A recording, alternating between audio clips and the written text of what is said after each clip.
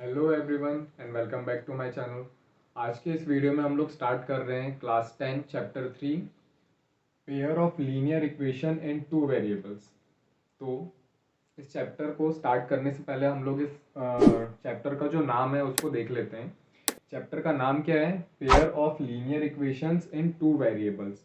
तो पेयर का मतलब क्या होता है? पेयर मतलब दो, ठीक है। तो इस चैप्टर में हम लोगों को क्या मिलने वाला है? लीनियर इक्वेशंस मिलने वाली है। वो भी कितनी इक्वेशंस रहेंगी? दो इक्वेशंस रहेंगी, है ना। दो इक्वेशंस रहेंगी, इसीलिए स्टार्टिंग में क्या लिखा हुआ है? पेयर। अब आगे अगर हम लोग देखते हैं तो यहाँ पे लीनियर इक्वेशन मिलने वाली है। लीनियर इक्वेशन होती क्या है? तो इसके पहले वाला जो चैप्टर है, चैप्टर 2 पॉलिनोमियल्स, उसमें हम लोगों ने linear equation, quadratic equation, cubic equation, ये सारी क्या होती है ये सब हम लोगों ने देख चुके हैं। फिर भी इस चैप्टर को स्टार्ट करने से पहले एक बार मैं लीनियर इक्वेशन बता देता हूँ।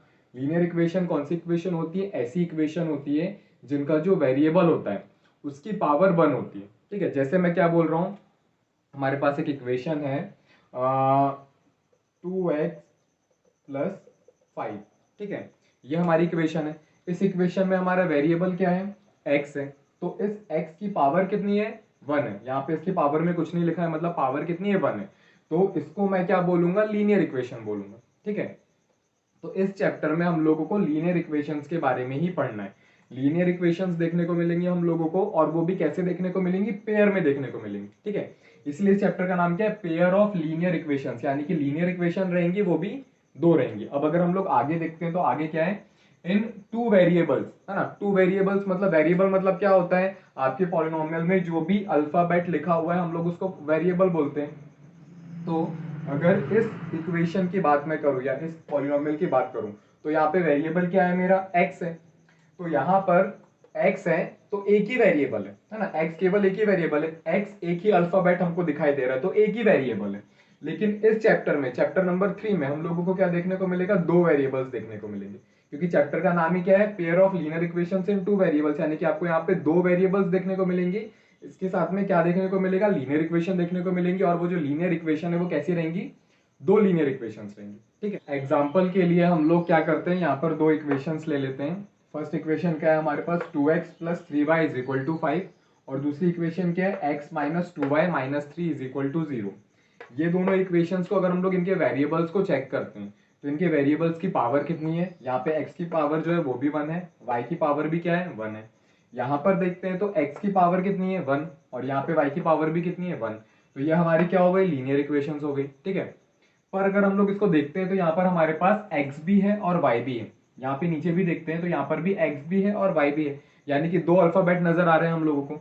दो अल्फाबेट नजर आ रहे हैं मतलब दो वेरिएबल्स नजर आ रहे हैं, ठीक है। तो इस इक्वेशन में हम लोग के पास दो वेरिएबल्स हैं। इस चैप्टर में हम लोगों को यही पढ़ना है, जहां पर हमारे पास दो इक्वेशंस रहेंगी। ये दो लीनियर इक्वेशन है, और उन दो लीनियर इक्वेशन में एक इक्वेशन में दो वेरिएबल्स रहेंगे। जैसे यहाँ पर दो वेरिएबल्स हैं और यहाँ पर भी दो वेरिएबल्स हैं। कभी भी अगर हम लोगों को एक ऐसी इक्वेशन लिखना हो जिसमें दो वेरिएबल्स प्रेजेंट है, तो उसका जो जनरल फॉर्म होता है वो क्या होता है? वो होता है ax plus b y plus c is equal to 0। ये क्या है हमारा? Linear equation in two variables लिखने का जनरल फॉर्मूला। ये हमारे पास लीनियर इक्वेशन है जिसके दो वेरिएबल हमारे पास हैं। अगर हम लोग इस इक्वेशन को देखते हैं तो इस x का कोफिशिएंट क्या है? a, y का कोफिशिएंट क्या है? b, और ये जो c है ये क्या है? कांस्टेंट टर्म, ठीक है। तो अगर हम लोग इसको फर्स्ट इक्वेशन और सेकंड इक्वेशन दोनों को अगर इस जनरल फॉर्म से कंपेयर करते तो हम लोगों को क्या मिलेगा? यहाँ पर हमारा जो 2x है, यहाँ से हम लोगों को a मिल जाएगा। a इज इक्वल टू क्या मिल गया? 2। यहाँ पर y 3y से हम लोगों को b मिल सकता है, तो यहाँ पर हम लोगों को b क्या मिल गया?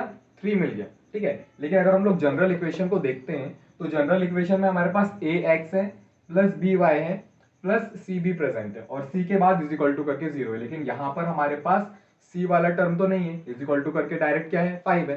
तो हम लोग क्या कर सकते हैं? इस 5 को इधर आगे ट्रांसपोज भी कर सकते हैं। तो इस 5 को जब हम लोग इधर ट्रांसपोज करेंगे तो यहाँ पर इधर साइड में प्लस है, जब इज इक्वल टू के इस साइड आएगा ट्रांसपोज होके तो वो क्या हो जाएगा? माइनस हो जाएगा। तो हम लोग इस इक्वेशन को और क्या लिख सकते हैं? जब ये 5 इधर से इधर आएगा तो माइनस हो जाएगा, तो हम लोग इसको -5 इज इक्वल टू 0 ऐसा भी लिख सकते हैं। तो अब हम लोगों को क्या मिल गया? सी की वैल्यू, सी की वैल्यू हो गई हमारे पास -5। तो अगर हमारे पास कभी कोई लीनियर इक्वेशन है दो वेरिएबल वाली, जिसमें अगर हम लोगों को ए बी सी निकालना है और अगर आपको ए और बी मिल गया है और सी अगर इज इक्वल टू के दूसरे साइड लिखा हुआ है तो आप लोग उसको ट्रांसपोज करके आगे लिखकर सी की वैल्यू भी निकाल सकते हो। और अगर ट्रांसपोज नहीं करना चाहते हो तो इज इक्वल टू के उधर साइड जो भी नंबर लिखा हुआ है बस उसका साइन चेंज करके आप उसको सी बोल सकते हो। ठीक है, अगर अब हम लोग सेकेंड इक्वेशन को कंपेयर करते हैं हमारे जनरल इक्वेशन से तो हम लोगों को क्या मिल रहा है, यहाँ पर x का कोई भी कोफिशिएंट नहीं है। अगर x का कोफिशिएंट नहीं है मतलब यहाँ पर a की वैल्यू क्या हो गई, 1 हो गई, यानी कि x का कोफिशिएंट 1 हो गया तो a की वैल्यू भी क्या हो गई, 1 हो गई। अगर हम लोग यहाँ पर हमारी b की वैल्यू चेक करते हैं तो b की वैल्यू क्या हो गई, -2 हो गई। और यहाँ पर हमारे पास c की वैल्यू क्या हो गई, -3 हो गई। अब एग्जाम्पल के लिए हम लोग एक इक्वेशन ले लेते हैं 2x + 3y = 5। ये क्या है हम लोगों का इक्वेशन है, लीनियर इक्वेशन है जिसके पास दो वेरिएबल प्रेजेंट है, x भी है y भी है। ठीक है, इस इक्वेशन में हम लोग क्या कर रहे हैं, x के जगह पर 1 पुट कर रहे हैं और y के जगह पर भी क्या पुट कर रहे हैं, 1 पुट कर रहे हैं और इसको सॉल्व करके देख रहे हैं कि क्या आ रहा है। तो मान लो अगर हम लोग x के जगह पर 1 और y के जगह पर 1 पुट करते हैं तो क्या होगा, यहाँ पर हो जाएगा 2, x के जगह पर 1 प्लस 3, y के जगह पर भी कितना आ गया 1 = 5। इसको अगर हम लोग सॉल्व करते हैं तो 2 1 जा 2 हो जाएगा प्लस 3 1 जा 3 हो जाएगा = कितना मिल गया हम लोगों को, 5 मिल गया। 2 + 3 कितना हो गया, 5 हो गया = हम लोगों को कितना मिल गया, 5। यानी कि अगर हम लोग इस इक्वेशन को देखते हैं तो इस इक्वेशन में हमारे पास LHS और RHS क्या आ गया, इक्वल आ गया। जब कभी भी ऐसा हो, जब हमारे पास LHS और RHS इक्वल आ रहे हैं, क्या करने पर इक्वल आ रहे हैं, x और y की वैल्यू रखने पर। दोनों वेरिएबल्स के हम लोगों ने कुछ भी वैल्यू यहाँ पे पुट किया इक्वेशन में, हमारे इक्वेशन में पुट किया और इक्वेशन में पुट करने के बाद हमारा जो भी आंसर आ रहा है वो c के इक्वल आ रहा है ना, LHS = RHS आ रहा है। तो ऐसी कंडीशन में हम लोग क्या बोल सकते हैं कि यहाँ पर x = 1 और y = 1, ये दोनों इस इक्वेशन का सॉल्यूशन है। ठीक है, क्या बोला मैंने कि अगर कभी भी हमारे पास हम लोग वेरिएबल्स की वैल्यू रखते हैं, वेरिएबल्स की वैल्यू रखने के बाद अगर हम इसको सॉल्व करते हैं, सॉल्व करने के बाद हम लोगों को LHS और RHS इक्वल मिल रहा है, LHS = RHS मिल रहा है, तो ऐसी कंडीशन में हम लोगों ने जो भी x और y की वैल्यूज रखे हैं उसको हम लोग क्या बोल सकते हैं कि ये इस गिवन पॉलिनोमियल का सॉल्यूशन है। ठीक है, पर अगर मैं यहाँ पर x और y की वैल्यूज चेंज कर देता हूँ, अगर मैं x के जगह पर 1 और y के जगह पर 7 रख देता हूँ, ठीक है, x के जगह पर 1 रख रहे हैं हम लोग और y के जगह पर 7 रख रहे हैं और फिर इसको सॉल्व करते हैं तो क्या होगा, तो x के जगह पर तो 1 ही है, y के जगह पर 7 कर दो, 2 1 जा 2 हो जाएगा, 7 3 जा कितना हो गया 21, तो यहाँ पे 21 आ गया। इन दोनों को प्लस करेंगे तो ये हो जाएगा कितना 23। तो हम लोगों को LHS में मिल गया 23, RHS में 5 ही है। तो ऐसी कंडीशन में LHS और RHS तो इक्वल नहीं है, LHS और RHS इक्वल नहीं हुआ। तो ऐसी कंडीशन में हम लोग क्या बोल सकते हैं कि x = 1 and y = 7 are not the solution of given polynomial. जब कभी भी आपको LHS और RHS इक्वल ना मिले, है ना, LHS और RHS इक्वल ना मिले तो हम लोग क्या बोलेंगे कि जो भी वेरिएबल की वैल्यू रखने पर हम लोगों को LHS और RHS इक्वल नहीं मिला है वो गिवन पॉलिनोमियल का सॉल्यूशन नहीं है। अब जब कभी भी आपको अगर LHS और RHS इक्वल मिल जाते, जैसे इसके पहले वाले हम एग्जांपल में हम लोगों ने देखा था, जब हम लोगों ने क्या रखा था, x = 1 रखा था और y = भी 1 रखा था। तो x = 1 और y = 1 रखने पर हम लोगों को क्या मिला था, LHS और RHS इक्वल मिला था, जिसको हम लोगों ने क्या बोला था कि x = 1 and y = 1 are the solutions of given polynomial. ठीक है, तो जब कभी भी हम लोगों को LHS और RHS इक्वल मिल जाते हैं तो उसको जब हम लोग पॉइंट मानकर ग्राफ बनाते हैं, ठीक है, आप लोगों ने इसके पहले वाले क्लासेस में लीनियर इक्वेशन का ग्राफ बनाया होगा, है ना। ग्राफ कैसे बनाते थे हम लोग, जैसे मान लो हमारे पास ये है एक इक्वेशन, तो इसका हम लोगों को ग्राफ बनाना, तो हम लोग कैसे बनाते थे, हम लोग ऐसे करके एक बॉक्स ड्रॉ करते थे जिसमें हम लोगों को क्या करना होता था, x और y की वैल्यूज पुट करना होता था। हम लोग यहाँ पर x लिखते थे, यहाँ पर y लिखते थे। इस इक्वेशन में हम लोग x की कुछ भी वैल्यू पुट करते थे और y की वैल्यू आती थी। जैसे यहाँ पर अगर मैं x की वैल्यू 0 पुट कर रहा हूँ तो यहाँ पर ये वाला टर्म 0 हो जाएगा, फिर y की वैल्यू मुझे क्या मिलेगी, y = ये जो 3 है ये इसके 5 के नीचे आ जाएगा, है ना, डिवाइड में चला जाएगा, तो y = मुझे कितना मिल जाएगा 5/3। तो x की वैल्यू 0 रखने पर मुझे y की वैल्यू मिल रही है 5/3। वैसे ही x की वैल्यू कुछ और रखेंगे हम लोग, 0 के बाद 1 रखेंगे तो y की कुछ और वैल्यू मिलेगी, फिर x की वैल्यू हम लोग कुछ और रखेंगे, 3 रखेंगे, 2 रखेंगे, 5 रखेंगे, जो भी आपको रखना है, तो हम लोगों को y की भी कुछ ना कुछ वैल्यूज मिल जाएंगी। ऐसे करके हम लोगों को x और y के कुछ ना कुछ पॉइंट्स मिल जाएंगे। ये एक्स और वाई के जो पॉइंट्स मिल रहे हैं एक्चुअली में क्या होते हैं, कोऑर्डिनेट्स होते हैं, जिनको हम लोग क्या कर सकते हैं, ग्राफ में रिप्रेजेंट कर सकते हैं। ठीक है, तो हम लोगों को अभी क्या मिला था यहाँ पर x इज इक्वल टू 1 और y इज इक्वल टू 1, यानी कि इस इक्वेशन में अगर मैं x की वैल्यू 1 लेता हूँ और y की वैल्यू भी 1 आ रही है, और अगर मैं इसको क्या कर रहा हूँ, ये पॉइंट्स को लेकर कोऑर्डिनेट्स मानकर अगर मैं ग्राफ ड्रॉ कर रहा हूँ, तो जो मुझे इस इक्वेशन की लाइन मिलेगी वो कैसी लाइन मिलेगी, एक स्ट्रेट लाइन मिलेगी, है ना। तो स्ट्रेट लाइन हम लोगों को कब मिलती है, स्ट्रेट लाइन हम लोगों को तभी मिल सकती है जब हम लोगों का जो सॉल्यूशन है वो क्या आ रहा है, जब हम लोगों का LHS इक्वल टू RHS आ रहा है, यानी कि जब हम लोगों के x और y की वैल्यू इस इक्वेशन पे रखने पर LHS और RHS इक्वल दे रहा है, जब ये सॉल्यूशन है तब हमको क्या मिलेगा, एक स्ट्रेट लाइन मिलेगी। पर अगर हम लोग जब दूसरे कंडीशन को देखते हैं, जब हम लोगों ने क्या किया था, x की वैल्यू 1 लिया था और y की वैल्यू 7 लिए थे, तब क्या हो रहा था, LHS और RHS इक्वल नहीं आ रहे थे। LHS और RHS इक्वल नहीं आ रहे थे तो हम लोगों ने क्या बोला कि x is equal to 1 and y is equal to 7 are not the solution of the given polynomial. इसका मतलब क्या हुआ कि अगर आप x की वैल्यू 1 लेते हो और y की वैल्यू को 7 लेते हो, और इस 1 और 7, x इज इक्वल टू 1 और y इज इक्वल टू 7, इसको जब आप लोग कोऑर्डिनेट्स मानते हो और कोऑर्डिनेट्स मानकर जब आप लोग इसको ग्राफ में बनाते हो, ग्राफिकल रिप्रेजेंटेशन करते हो इस इक्वेशन का 2x plus 3y is equal to 5 का, तो आप लोगों को एक स्ट्रेट लाइन नहीं मिलेगी। ठीक है, स्ट्रेट लाइन कब मिलती है, जब कभी भी हमारा जो x और y सॉल्यूशन होता है। लाइन कब नहीं मिलती है, जब x और y सॉल्यूशन नहीं होता है। लेकिन हर कंडीशन में, कोई भी कंडीशन हो, जब वो सॉल्यूशन बने या सॉल्यूशन ना बने, जब वो सॉल्यूशन रहे या सॉल्यूशन ना रहे, जो कुछ भी आपकी x और y की वैल्यू आ रही है वो ही कोऑर्डिनेट्स होते हैं। ठीक है, x और y की जो भी वैल्यू आप ले रहे हो इक्वेशन को सॉल्व करने के लिए, वो हमेशा कोऑर्डिनेट्स होते हैं, और वो कोऑर्डिनेट्स को लेकर आप ग्राफिकल रिप्रेजेंटेशन दे सकते हो। पर आप लोगों को स्ट्रेट लाइन मिलेगी या नहीं मिलेगी ये किस पे डिपेंड करता है, कि वो सॉल्यूशन उस इक्वेशन का सॉल्यूशन है या नहीं है। अब अभी भी हम लोगों ने क्या देखा कि हमारे चैप्टर का नाम क्या है, pair of linear equation in two variables, और एक लीनियर इक्वेशन को रिप्रेजेंट करने का जो जनरल फॉर्मूला है वो भी हम लोगों ने देखा। जनरल फॉर्मूला क्या होता है, ax plus b by plus c is equal to 0। ठीक है, लेकिन अगर हम लोग देखते हैं, हम लोग जब कभी भी क्वेश्चंस को सॉल्व करेंगे, इसके बाद जब हम लोग क्वेश्चंस को सॉल्व करेंगे तो हम लोग क्या देखेंगे कि हमारे पास तो पेयर ऑफ लीनियर इक्वेशन है। पेयर ऑफ लीनियर इक्वेशन मतलब लीनियर इक्वेशन दो है, तो अगर लीनियर इक्वेशन दो है तो मैं दोनों को इस जनरल फॉर्म में कैसे लिख सकता हूँ, क्योंकि अगर मैं एक इक्वेशन के फर्स्ट एक्स का कोफिशिएंट को a मान रहा हूँ, तो दूसरे इक्वेशन के x के कोफिशिएंट को क्या मानूंगा, है ना। तो ऐसी कंडीशन में आपको क्या करना है, यहाँ पर a1 b1 c1 देना है, और दूसरे इक्वेशन के लिए a2 b2 c2 देना है। जैसे मान लो हमारे पास फर्स्ट इक्वेशन है और फर्स्ट इक्वेशन का मुझे जनरल फॉर्मूला देना है, जनरल फॉर्म बताना है लीनियर इक्वेशन का, तो मैं उसको क्या लिखूंगा, a नहीं लिखूंगा, a की जगह हम लोग क्या लिखेंगे उसको, a1x plus b1y plus c1 is equal to 0। ये हो गया हमारा फर्स्ट इक्वेशन का जनरल फॉर्मूला। वैसे हमारे पास जो दूसरी इक्वेशन रहेगी, क्योंकि यहाँ पे तो पेयर ऑफ लीनियर इक्वेशन मिलने वाले हैं, दो इक्वेशन मिलने वाले हैं, तो जब हम लोग फर्स्ट इक्वेशन को देखेंगे तो उसके जो हम लोगों को ABC मिलेगा उसको हम लोगों को a1 b1 c1 मानना है, और दूसरे इक्वेशन को हम लोगों को क्या मानना है, a2x plus b2y plus c2 is equal to 0। ठीक है, तो फर्स्ट इक्वेशन कि जो भी हम लोगों को कोफिशिएंट्स और टर्म मिलेगा उसको a1 b1 c1, और दूसरे वाले को a2 b2 c2। Linear equation in two variables के बहुत सारे एग्जांपल्स आप लोगों के बुक में दिए हुए हैं। ठीक है, और जब हम लोग क्वेश्चन सॉल्व करेंगे तो हम लोगों को बहुत सारे क्वेश्चंस वैसे भी मिलने वाले हैं, लेकिन अगर हम लोग इसके एग्जांपल्स देखना चाहते हैं,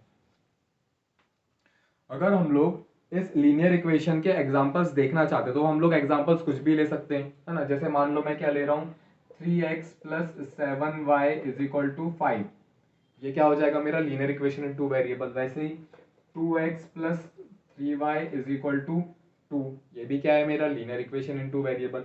ऐसे आप लोग कितने भी इक्वेशंस को लेकर इसका एग्जांपल देख सकते हैं, या फिर अगर आपको और एग्जांपल्स देखना है तो आप लोग अपने एनसीईआरटी बुक में पेज नंबर एनसीईआरटी बुक में पेज नंबर 40 पर देख सकते हो, वहां पे बहुत सारे एग्जांपल्स लिखे हुए हैं linear equation in two variables के। ठीक है, अब इसके बाद हम लोगों ने क्या देखा कि हम लोग जब कभी भी लीनियर इक्वेशंस को सॉल्व करते हैं या लीनियर इक्वेशन में जब हम लोग वेरिएबल्स की वैल्यूज रखते हैं, तो या तो हम लोग वैल्यूज रख रहे हैं वो या तो सॉल्यूशन रहेगा या तो सॉल्यूशन नहीं रहेगा। हम लोग एक ऐसी कंडीशन ले रहे हैं जब हम लोगों को सॉल्यूशन मिल रहा है, तो सॉल्यूशन मिलने पर क्या होता है, उस इक्वेशन की एक स्ट्रेट लाइन हम लोगों को मिलती है। अब अगर इस इक्वेशन की, मान लो मेरे पास दो इक्वेशन है, ये दोनों इक्वेशन को मुझे सेम ग्राफ में ड्रॉ करना है, ठीक है, दोनों इक्वेशन को मुझे सेम ग्राफ में बनाना है, सेम ग्राफ में मुझे ड्रॉ करना है। तो इस इक्वेशन की भी मुझे एक स्ट्रेट लाइन मिलेगी और इस इक्वेशन की भी मुझे एक स्ट्रेट लाइन मिलेगी। ये दोनों स्ट्रेट लाइन अगर एक ही ग्राफ में मैं ड्रॉ कर रहा हूं, अगर एक ही ग्राफ में मैं बना रहा हूं, तो एक ही ग्राफ में बनाने पर मुझे तीन कंडीशंस देखने को मिल सकती है। या तो फर्स्ट इक्वेशन की जो लाइंस है वो सेकंड इक्वेशन की जो लाइन है, फर्स्ट इक्वेशन की लाइन और सेकंड इक्वेशन की लाइन, ये दोनों एक दूसरे को कट कर रही है ना। जैसे मान लो, जैसे कि फर्स्ट इक्वेशन हमारे पास ये है, a1x plus b1y plus c1 is equal to 0। Second equation हमारे पास a2x plus b2y plus c2 is equal to 0। इसका हम लोगों ने x और y की कुछ वैल्यूज निकाल ली है, ठीक है। x और y की वैल्यूज निकालने के बाद हम इसका क्या कर रहे हैं, ग्राफिकल रिप्रेजेंटेशन कर रहे हैं, ग्राफ बना रहे हैं। तो अगर ग्राफ बनाने पर मुझे इस इक्वेशन की एक स्ट्रेट लाइन मिल गई, वैसे ही मैंने दूसरी इक्वेशन को भी सॉल्व किया, इसके भी पॉइंट्स मिल गए, एक्स और वाई की कुछ ना कुछ वैल्यूज मिल गई। उन एक्स और वाई की वैल्यूज को मैंने कोऑर्डिनेट्स मानकर उनको भी क्या किया, स्ट्रेट लाइन बना दिया। तो अगर मैं स्ट्रेट लाइन बना रहा हूं तो मुझे सेम ग्राफ में बनाना पड़ेगा, और अगर मैं सेम ग्राफ में बनाऊंगा तो ऐसा हो सकता है कि जो फर्स्ट इक्वेशन की लाइन है वो सेकेंड इक्वेशन की लाइन को क्या करें, कट करें।